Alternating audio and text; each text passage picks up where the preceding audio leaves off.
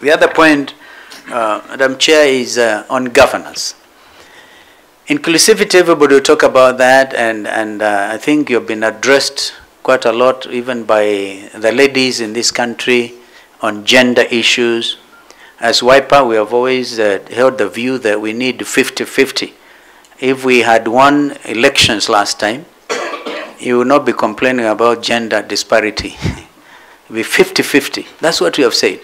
So whatever it is you're going to do, therefore we jeer at anybody who wants to say even the post of county women rep should be abolished. We refuse. We have said it in our document.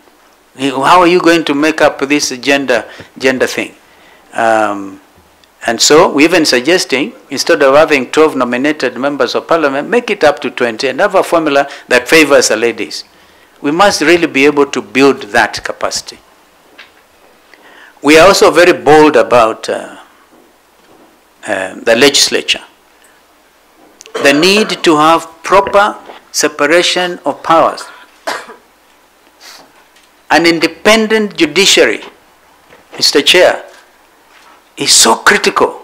When not just because I'm an officer of the High Court, that I feel rubbed the wrong way.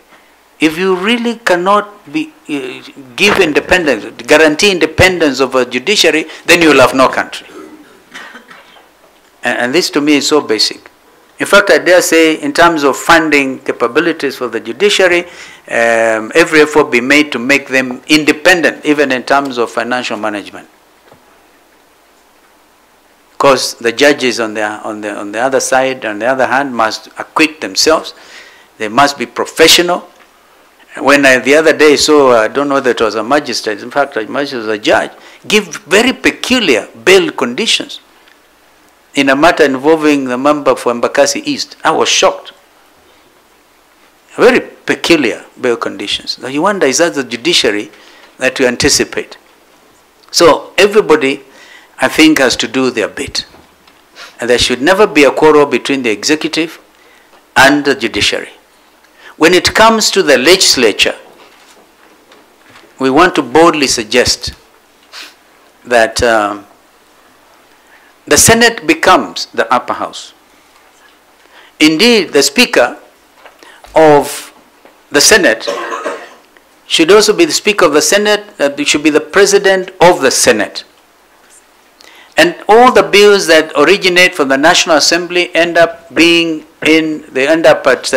the level of the Senate before they are ascended to. That to remove this sibling rivalry we've been witnessing between the National Assembly and the Senate. I have a lot of respect, of course, for our National Assembly. It's very important. But I think we need order here. Just like we have the Chief Justice, who is also the President of the Supreme Court, we should have the President of the Senate being the chair of the Senate, of the committee. And that, of course, now, because I know that people have argued that we can do away with the Senate, abolish the Senate. How do you abolish the Senate and at the same time you want to deepen devolution? And everybody in this country, and you had it, you wouldn't even touch the smallest of the counties. I don't know whether it is Lamu. You can't touch it. You'll be courting their disaster. But for devolution to work, it cannot work without the Senate. And therefore, we need to strengthen the Senate. I will be a champion in this cause, even if I end up losing. But I want to tell you that that's the way to go. And you can quote examples. In Nigeria, the Senate President is also the chair of the committee of the speakers. And there's absolute good order. So this is why I'm saying that this matter has been looked into in that regard.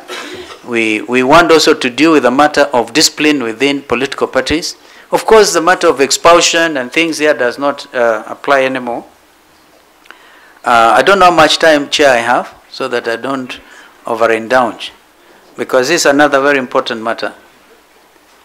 I think just continue. I'll continue. Thank you. If you feel bored, please raise your...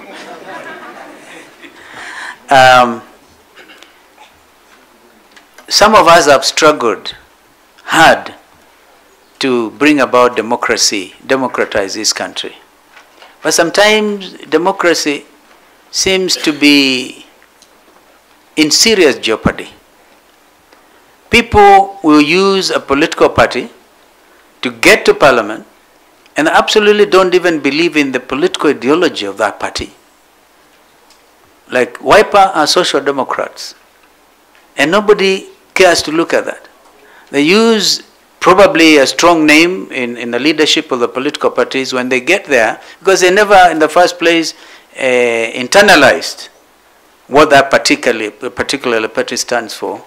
Then they just go out there, and there's a lot of gerrymandering in the political world, and people lose focus.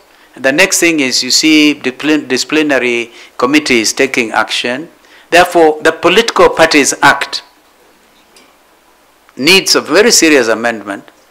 And even before that, if this forum can recommend that, like we have in the case of South Africa, I'm sure a lot of you may have forgotten that President Zuma, who was a predecessor to President Ramaphosa, was removed by his own party. His sponsorship was withdrawn. South Africa did not go to the dogs. Therefore, you need to be able to give political parties some biting capacity. I have seen two examples, and forgive me. In ODM, they've been having an issue with the county women rep, I think from Kilifi, and ANC have had their problem with one time their Secretary General. Even the party's ability to organize itself becomes challenged, because the current law stipulates that unless a member of parliament resigns in writing to Mr. Speaker, nothing else to really get them removed. And therefore, because now I like very much your proposals on party lists, these citizens going forward have just been observing elections in Mozambique. And the fight there was between Renamo and Frelimo. Frelimo is like Kanu, the Independence Party, and of course they've been having big challenges there. And that's where, as the head of the Commonwealth Observer team, I was able to go and observe the last elections. And they were voting for the parties, not the candidates. If we want to strengthen democracy in this country, let us vote for political parties, not individuals. And therefore, that thing about party lists is very attractive to Wiper Democratic Movement. And perhaps, because then all you need to do is to list your nominees and the candidates at every level, and after that, then of course after elections, you follow the list. Who was number 1, number 2, number 3. If the party has won more seats in an area which is heavily contested, the party gets, instead of 1 seat, they'll get 3 seats.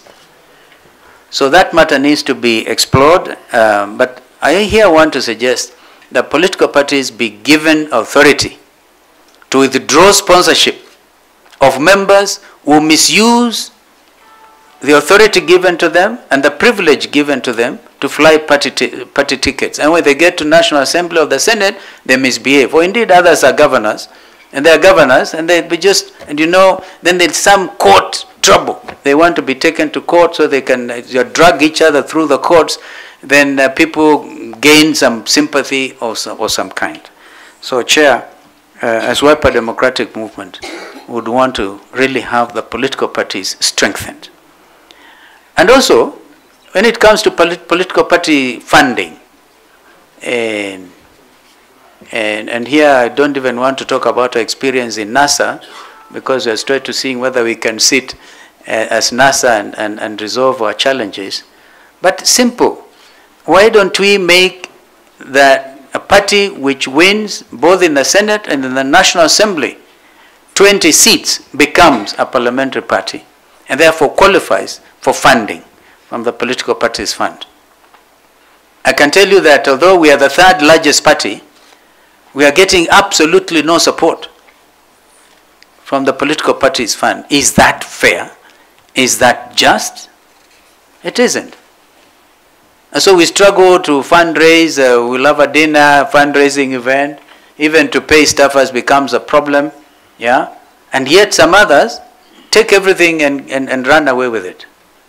I think that it's important that we qualify a political party which wins at least 20 seats in parliament. And not to add that it should also have governors, because governors are at another level, or even MCAs.